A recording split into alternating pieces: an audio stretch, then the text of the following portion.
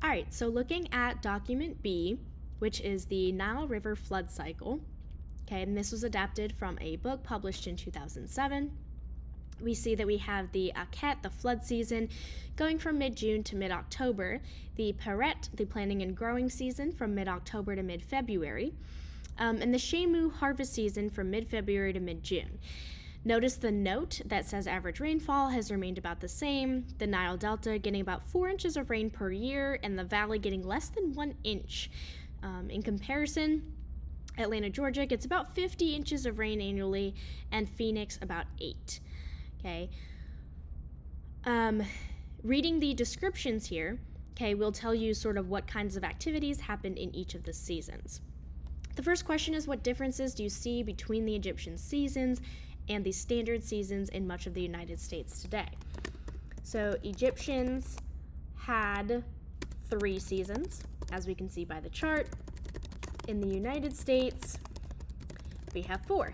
We have summer, winter, spring, fall, right? Question 2, usually the flood season produced a good Nile with just the right amount of water. But if there's a bad Nile, too much or too little water, what could happen?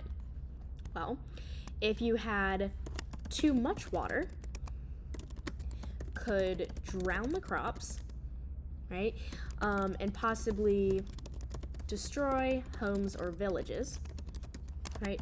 Too little water would cause drought and food shortages, right? So people are going to be hungry in that case, which is also not good.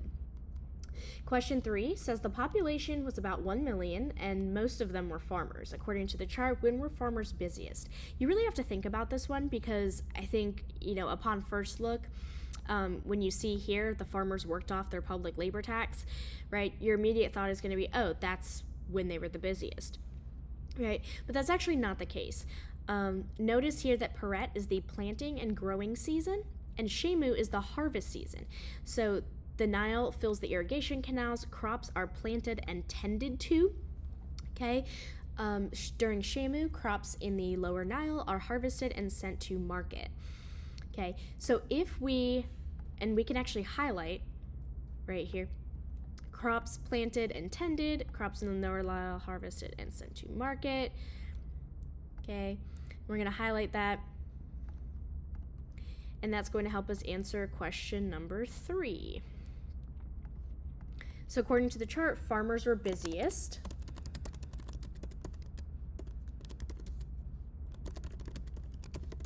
During planting and harvest seasons. Okay, now when would they be available to work on government projects like building palaces and tombs? Well, for that, we can look over here and see that this was a time, oopsies. We can see that this was a time when many farmers worked off their public labor tax doing jobs like canal repair or quarrying. And that's going to be during Aket, which is the flood season, and that's going to help us answer number 4. Okay, so we're going to say during Aket flood season. Lastly, how does this document help you answer the question, how did the Nile shape ancient Egypt? Okay, so going back to our main DBQ question, this one up here, right, how does this chart help us answer that? Okay, so the Nile's cycle, right, determined the Egyptian calendar. The river set the cycle of farmers'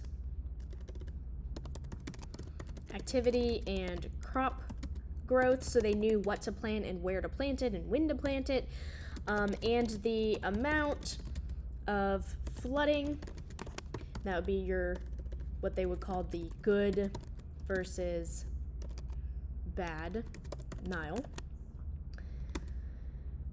and whether or not crops grew well.